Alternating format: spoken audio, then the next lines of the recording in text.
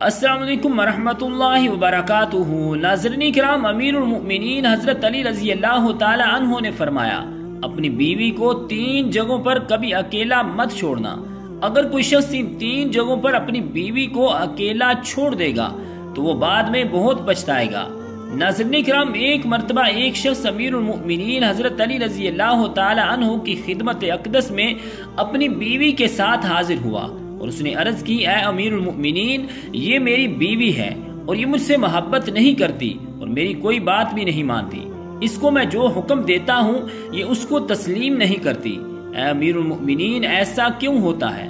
اس شخص کے سوال پر حضرت علی رضی اللہ تعالی عنہ نے فرمایا، اگر تم چاہتے ہو کہ تمہاری بیوی تم سے بے پناہ محبت کرے، تمہاری بیوی صرف تمہاری بن کر رہے، تو ان 3 جگہوں پر تم اپنی بیوی کو اکیلا کبھی نہ چھوڑنا۔ وہ 3 جگہیں ایسی ہیں کہ جہاں تمہاری بیوی کو تمہاری بہت زیادہ ضرورت ہوتی ہے، تو کسی بھی صورت میں ان جگہوں پر اپنی بیوی کو اکیلا نہ چھوڑنا، ورنہ تم بعد میں بہت پچھتاؤ گے۔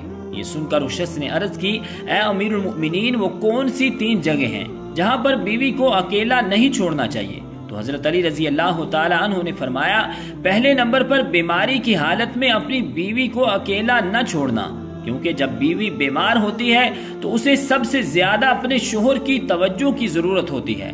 بیوی جب دکھی اور پریشان ہوتی ہے تو اسے اپنے شوہر کی ضرورت ہوتی ہے، اس لیے بیماری کی حالت میں اپنی بیوی کو کبھی بھی اکیلا نہ چھوڑنا۔ اور دوسرے نمبر پر کسی غیر مرد کے ساتھ اپنی بیوی کو کبھی اکیلا نہ چھوڑنا۔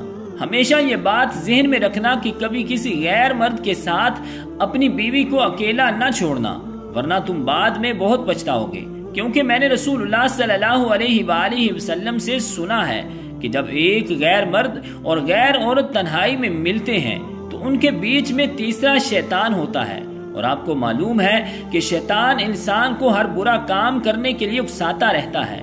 اس لیے اے شخص، اگر تم چاہتے ہو کہ تمہاری بیوی تمہاری بن کر رہے تو کبھی بھی کسی غیر مرد کے ساتھ اپنی بیوی کو اکیلا چھوڑنے کی غلطی نہ کرنا۔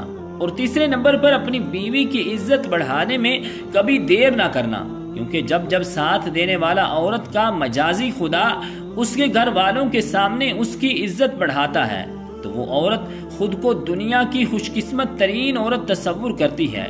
اس لیے ہمیشہ اپنے گھر والوں کے سامنے اپنی بیوی کی عزت بڑھانے کا کوئی موقع ہاتھ سے جانے نہ دینا۔ اے شخص، اگر تو نے ان 3 باتوں پر عمل کیا تو تمہاری بیوی کبھی بھی تمہاری نافرمانی نہیں کرے گی اور ہمیشہ تم سے محبت کرتی رہے گی اور تمہارا ہر حکم تسلیم کرے گی۔ تو رب ذوالجلال کی بارگاہ اقدس میں دعا ہے کہ خالق کائنات ہمیں عمل کی توفیق اور ہمت عطا فرمائے۔ آمین بجاہ النبی الکریم الامین۔